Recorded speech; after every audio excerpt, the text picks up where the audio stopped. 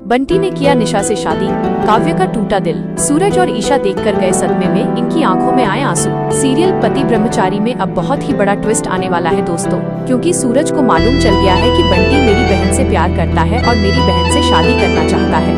ये खबर वो ईशा को भी बताता है तो ईशा भी खुश होती है। लेकिन दोस्तों, सूरज और ईशा को यह नहीं मालूम है कि बंटी निशा से प्यार करता है। सूरज और ईशा को गलतफहमी है कि बंटी काव्य से प्यार करता है। काव्य जो कि आरव के जाने के बाद से अकेली जिंदगी बिता रही है। जब बंटी काव्य का सहारा बनता है, काव्य के साथ उसके अस्पताल जाता है तो काव्य काफी खुश होती है और बंटी की तरफ देखकर थोड़ा मुस्कुराती है। इन दोनों को एक साथ देखकर सूरज भी काफी खुश होता है। बंटी काव्य को अस्पताल लेकर जाता है, काव्य की देखभाल करता है, केयर करता है। तो अब थोड़ा काव्य के दिल में भी बंटी के लिए जज्बात जाग जाते हैं। वो बंटी के रूप में आरव को ही देखने लगती है और बंटी को पसंद भी करने लगती है। लेकिन निशा को जैसे ही मालूम चलता है कि सूरज भैया और ईशा भाभी मिलकर बंटी की शादी काव्य से करवाने वाले हैं तो निशा काफी रोने लगती है। उससे ये बर्दाश्त नहीं होता है और वो बंटी के पास जाती है और बंटी पर गुस्सा होती है। लेकिन बंटी अपनी गलतियों के लिए माफी मांगता है और निशा से गले मिलता है। दोनों इमोशनल होते हुए गले लगते हैं। काव्य का दिल पूरी तरह से टूट जाता है कि बंटी निशा से ही प्यार करता है, क्योंकि वो इन दोनों को गले लगाते हुए देख लेती है और देखकर काफी हैरान होती है। जैसे ही बंटी और निशा देखते हैं कि काव्य ने सब कुछ जान लिया है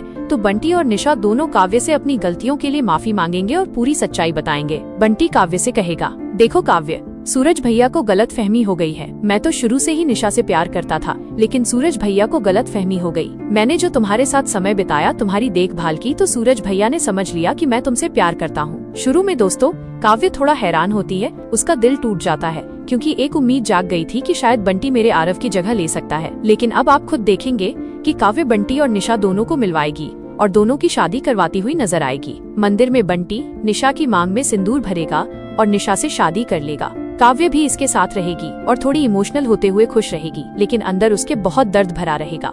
वो बंटी और निशा की एक साथ वाली फोटो भी खींचेगी और बंटी व निशा को घर लेकर आएगी। जैसे ही घर पर बंटी और निशा शादी करके आते हैं, सूरज और ईशा देखकर काफी सदमे में चले जाते हैं और इन दोनों की उम्मीद पूरी तरह से टूट जाती है। सूरज दोस्तों काफी गुस्सा हो जाता है बंटी पर। वो बंटी का कॉलर पकड़कर उसकी तरफ उंगली दिखाते हुए कहता है, तेरी हिम्मत कैसे हुई बंटी मेरी बहन को धोखा देने की? तू प्यार करता है काव्य से और शादी कर ली निशा से। सूरज बंटी पर काफी गुस्सा होता है और उसको थप्पड़ भी मारेगा, लेकिन बंटी कहेगा, भैया आप मुझे जान से भी मार सकते हैं, लेकिन मैं शुरू से ही निशा को ही पसंद करता था। निशा और बंटी सूरज से अपनी गलतियों के लिए माफी मांगेंगे और दोनों कहेंगे कि भैया हम दोनों एक दूसरे से प्यार करते थे। बंटी सूरज से कहेगा, सूरज भैया आपको गलत फहमी हो गई थी। जब मैं काव्य के साथ था, काव्य को अस्पताल लेकर जा रहा था और मैंने जब कहा कि मैं आपकी बहन को पसंद करता हूँ तो आपने सोच लिया कि मैं काव्य को पसंद करता हूँ, लेकिन